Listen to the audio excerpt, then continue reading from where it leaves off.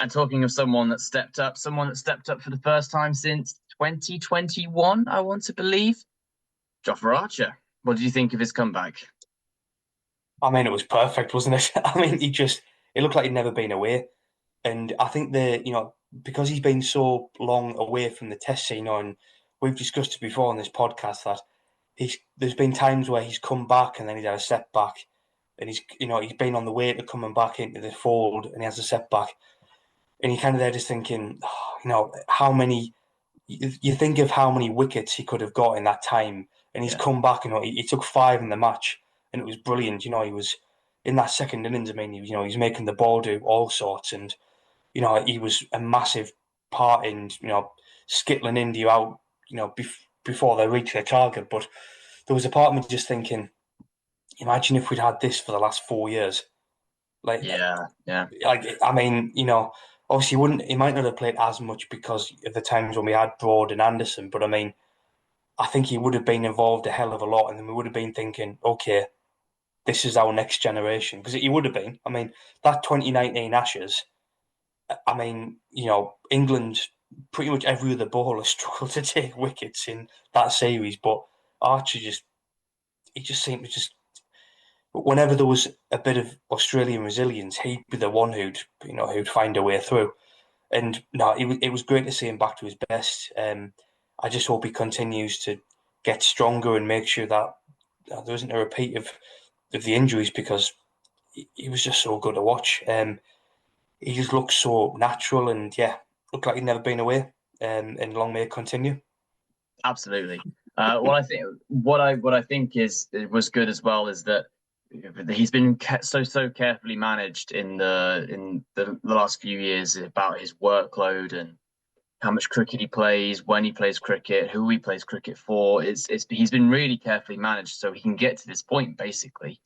Yeah, And I just hope that we don't get carried away.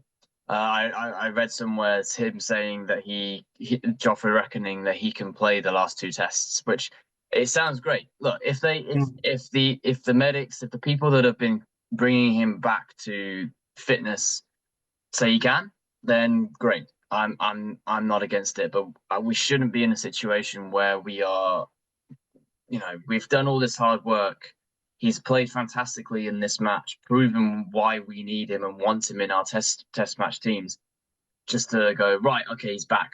Putting him every team. In 2019, in 2021, he was already quite injury prone, and yeah, then we had there was context to it, and the fact that England weren't very good at that time. They were losing a lot of games, and for want of a better explanation, the management and the captaincy basically thought by just making Jofra do everything all the time, we might stand a better chance. But it killed him. He hasn't recovered from that. He was very injury prone. We put too much into him, and then we've had the last 4 years. We can't go back to doing that. We need him to continue to manage his workload so he can take part in potentially both the two test matches. The left, sure, if he is ready for them, but equally for the Australian tour that's going to be coming at the end of this year. We know and we've seen now in this test match that we are stronger with him in the side. Jaiswal in the first two tests looked like he had adapted to English cricket really well, really quickly. We come to this test match, he is caught behind third ball of the innings in the first innings, and then skies one up in the air in the second innings to Jofra. That it's evidence that he is able to take on the best batters. He bowls Rishabh Pant, gives him a good send off, a very good send off in slow mo as well, in the second innings as well. So he's involved in the game, and like I said already, Ben Stokes managed his innings and his workload really well. I think England have got good enough or acceptably good players in the. They're not going to be Jofra quality, but they've got acceptable players to come in and try and take on the workload in the fourth and fifth test. And I think actually that is sort of a thing that England have to be thinking about really because Chris Woakes has played all three tests, Brandon Carse has played all three tests. And I know we've got a break coming up here, but that's going to be a big workload in those legs, particularly for Chris Woakes, who is on the sunnier side of 30 for the rest of the series. If he wants to continue playing. Do you think there'll be much change in this England bowling attack coming into Old Trafford? I know we know one big tech change, obviously, but yeah. Do you Yeah. think there'll be much else? No, I mean the only one I could think of is possibly Walks making way for Atkinson. Which again I Did you wouldn't. see? Sorry to interrupt. Did you see the video of Atkinson playing club cricket? If you I haven't, don't, I don't find think I it. did actually. It was on at the same time as the Test match, and it's just Gus Atkinson taking off heads in club cricket. It's I tell you very what, good. I love that. Like that genre of video of just international cricketers playing like club village cricket is just brilliant. It's very good. Yeah, Gus Atkinson to continue. Yeah, I think I can see the only change in the bowling attack I can see because I think we'll give Archer another game. I mean, I think probably in an ideal world for the England setup is we win the fourth test, wrap up the series, and then we can kind of rest up Archer.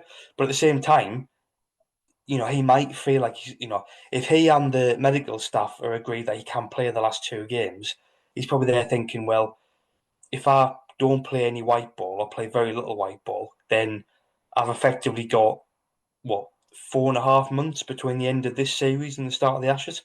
So he's probably thinking I could do another two tests, play the odd game over the summer, and then be sort of fit and firing for that squad in Australia.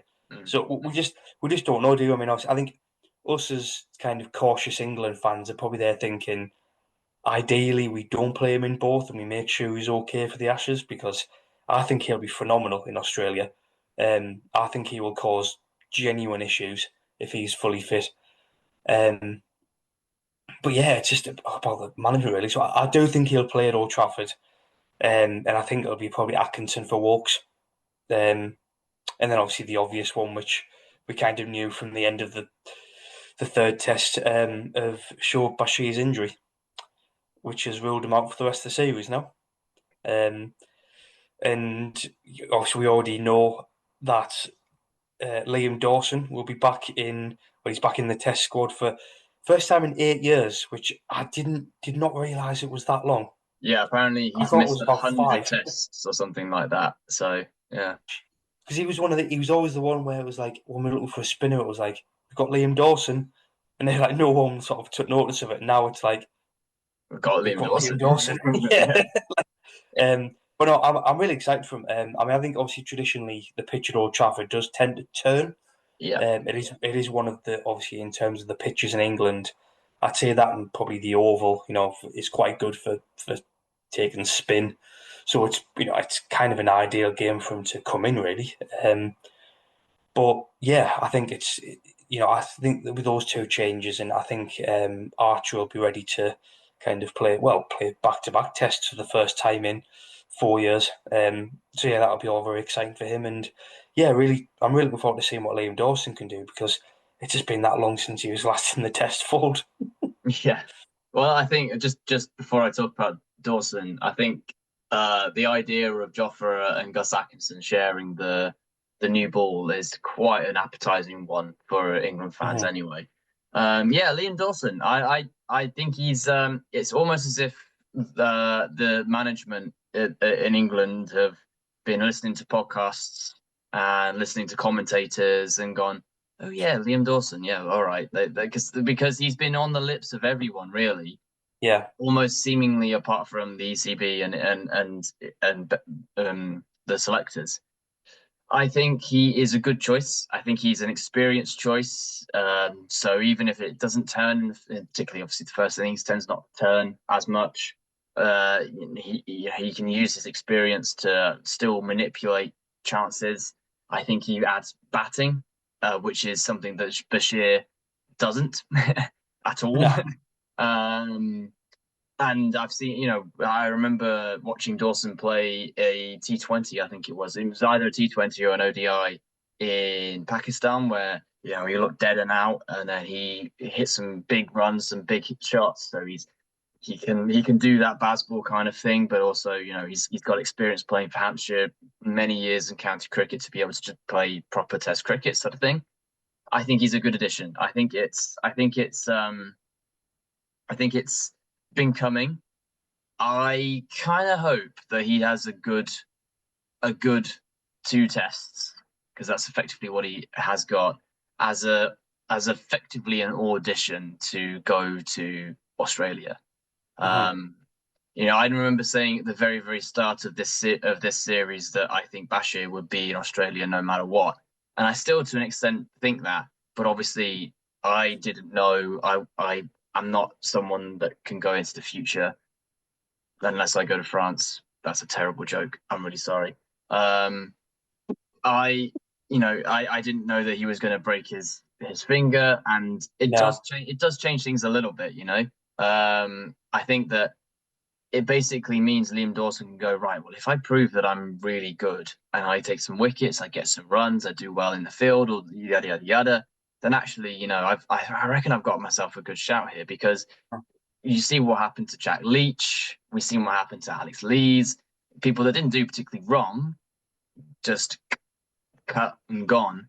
And Yeah. it seems that is a thing that Brendan McCullum and Ben Stokes are not afraid to do. And I appreciate Bashir is young, and they put a lot of effort into him, and they really back him, and that's why I still think he's going to go to Australia. But he hasn't won everyone over in the cricket commentary circle. And there are a lot of people calling for his head, even if he wasn't injured, and getting Dawson in. So that's what I Yeah. think.